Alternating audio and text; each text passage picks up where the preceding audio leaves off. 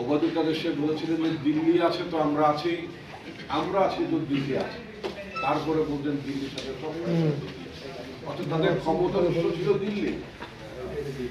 তো দিল্লিকে যদি ম্যানেজ করা যায় তাহলে তারা ক্ষমতায় থাকতে পারবে। তারা কখনোই বাংলাদেশের জনগণকে ক্ষমতার উৎস মনে করেননি। অথচ গণতন্ত্রের প্রধান শর্ত হচ্ছে জনগণই হচ্ছে সকল ক্ষমতার উৎস, জনগণ হচ্ছে প্রজাতন্ত্রের মালিক। জনগণ যে প্রজাতন্ত্রের মালিক না, এটা শেখ হাসিনা বারবার এই বিনা ভোটের মধ্যে ক্ষমতায় থেকে জোর করে ক্ষমতা থেকে প্রমাণ করেছেন যে প্রজাতন্ত্রের মালিক আসলে জনগণ নয়। কিন্তু এই প্রজাতন্ত্রের মালিক বানিয়ে দিয়েছিলেন ভারতকে। আমরা নামে মাত্র ছিলাম, আমরা বলতে পছন্দ করতাম, বলতে ভালোবাসতাম, কারণ আমাদের ভালোবাসা আবেগের জায়গাটা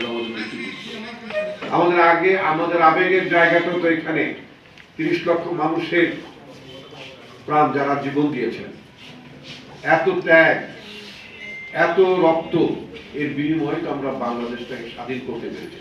বাংলাদেশটাকে আমরা কেন স্বাধীন করলাম? কারণ যে কাঠামোর মধ্যে আমরা পাকিস্তানের মধ্যে ছিলাম, সেই কাঠামোর মধ্যে আমাদের অধিকার প্রতিষ্ঠিত করা সম্ভব ছিল না। ভোটের অধিকার প্রতিষ্ঠা করা সম্ভব ছিল না, গণতন্ত্র প্রতিষ্ঠা করা সম্ভব ছিল না, মানব অধিকার ছিল। সেই জন্য তো আমরা পাকিস্তান থেকে আমরা সরে এসে আমরা বাংলাদেশ জীবনের বিনিময়ে, জীবন বিসর্জন দিয়ে আমরা বাংলাদেশ সৃষ্টি করেছি। এই বাংলাদেশ সৃষ্টির পেছনে কিন্তু ভোটের অধিকার ছিল। এই 70 যে নির্বাচন হয়েছিল, সেই 70 নির্বাচন যদি তৎকালীন পাকিস্তান সরকার যদি মেনে নিত ফলাফল, তাহলে কি আমাদের মুক্তিযুদ্ধ পর্যন্ত যেতে হতো? নিশ্চয়ই যেতে হতো না। তো সুতরাং ভোটের অধিকার একটা গুরুত্বপূর্ণ বিষয়। আরেকটি কথা আমি মনে করিয়ে দিতে চাই বর্তমান সরকারকে এবং সরকারের কিছু সরকারের সমর্থক বা সরকারের সাথে যারা আছেন তাদের উদ্দেশ্যে। তারা এখন একটা কথা বলতে পছন্দ করেন, বলে বেড়ান যে আগে বিচার হতে হবে, আগে সংস্কার হতে হবে, তারপরে ভোট। আমার মনে হয় তারা পৃথিবীর গণঅভ্যুত্থানের ইতিহাসটা তারা জানেন না। দেশে দেশে পৃথিবীর বিভিন্ন জায়গায় যে গণঅভ্যুত্থানগুলো সংঘটিত হয়েছে, গণঅভ্যুত্থানের পর একটা নির্বাচিত সরকার আসে। 1970 সালে বাংলাদেশে, অর্থাৎ তৎকালীন পূর্ব পাকিস্তান, পশ্চিম পাকিস্তান, উভয় পাকিস্তানের থেকেই কিন্তু জনগণ আইয়ুব খানের বিরুদ্ধে তারা খেপেছিল। আইয়ুব খানকে তারা উচ্ছেদ করেছিল, আইয়ুব খান ক্ষমতা ত্যাগ করতে বাধ্য হয়েছিল। কিন্তু 69 সালে গণঅভ্যুত্থানের পরে, তার পরের মতো 70 সালে একটা নির্বাচন হয়েছিল।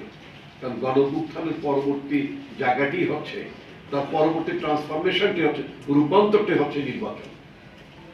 আমরা যদি শ্রীলঙ্কার দিকে তাকাই, খুব বেশি দূর যাওয়ার দরকার নাই, খুব বেশি দূরে যাওয়ার দরকার নেই।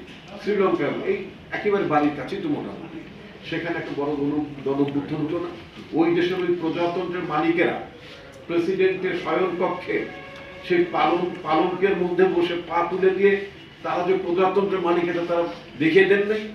দেখে গিয়েছেন তো অভ্যুত্থান তো হলো। ওখানকার প্রেসিডেন্ট পালিয়ে গেছেন, রাজাপাকসে ভাই পালিয়ে গেছেন, রাজাপাকসে পালিয়ে গিয়েছিলেন। তো তারপরে কি ফলাফলটা? এরপর তো নির্বাচিত সরকার। That is the solution.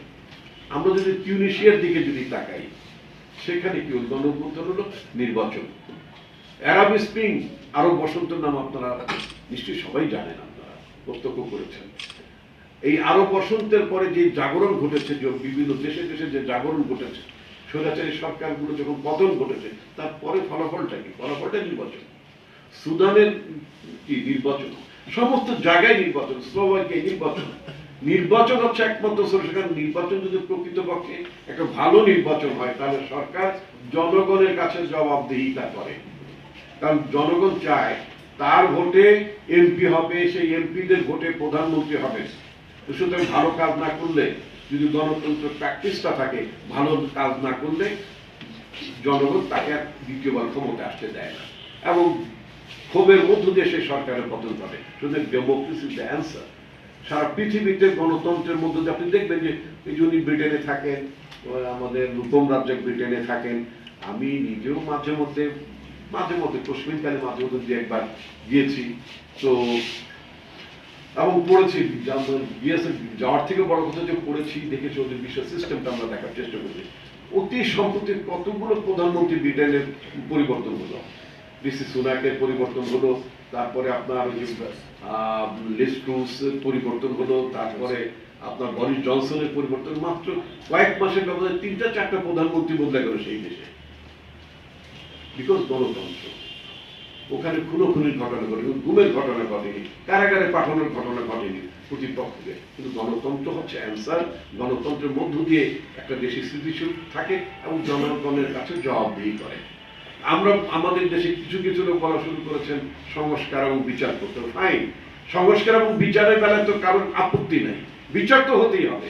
Sheikh Hasina এত মানুষ হত্যা করেছেন, তার সাঙ্গ পাঙ্গরে এত মানুষ হত্যা করেছেন, সারা বাংলাদেশের ওয়ার্ড পর্যায়ে আওয়ামী লীগের গুন্ডা বদমাশরা যেভাবে রাস্তায় দাপিয়ে অস্ত্র তুলে নিয়ে যেভাবে নিরীহ মানুষগুলোকে হত্যা করেছে, সে হত্যাকারীদের, সেই খুনিদেরকে তো আমরা নিঃসন্দেহে আমরা রাজনীতিতে পুনর্বাসিত হতে দিতে পারি না, সেটা যার ব্যানারই হোক।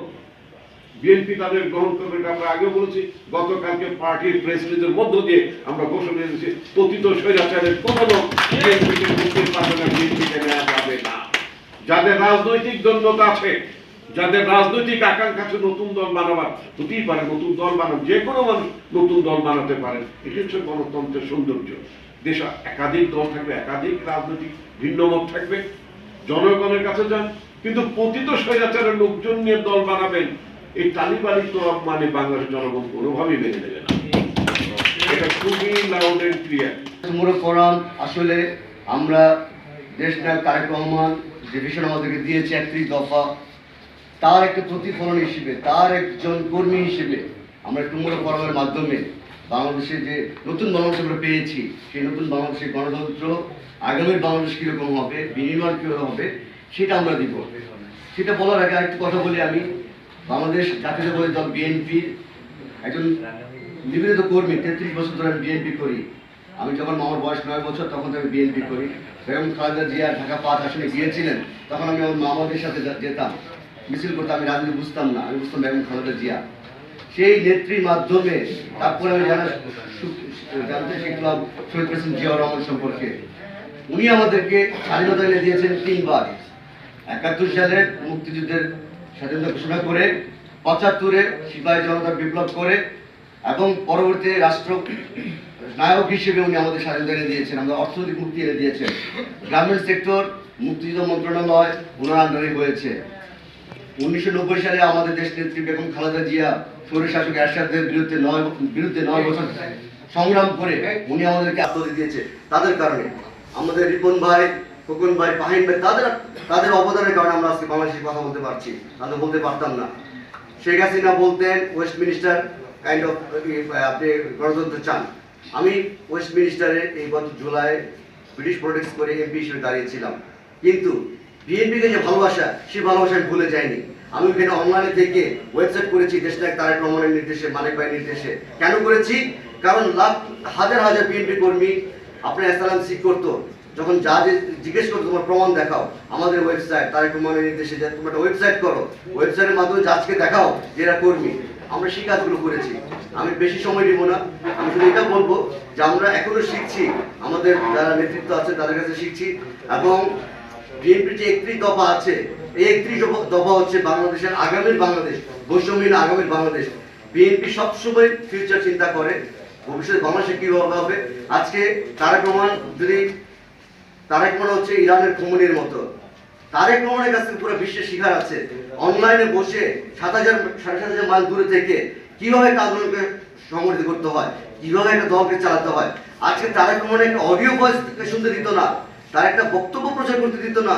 বক্তব্য প্রচার করার জন্য এটিপির সালাম ভাইকে নিয়ে রিমান্ডে রেখেছে, সবাইকে নির্যাতন করেছে। আজকে আমরা যেটা বলবো যে দেশনায়ক তারেক রহমানের যে ভিশন, বেগম খালেদা জিয়ার যে ভিশন 31 দফা, এই 31 দফা হচ্ছে বাংলাদেশে নতুন বাংলাদেশ বিনির্মাণের মুক্তির সনদ।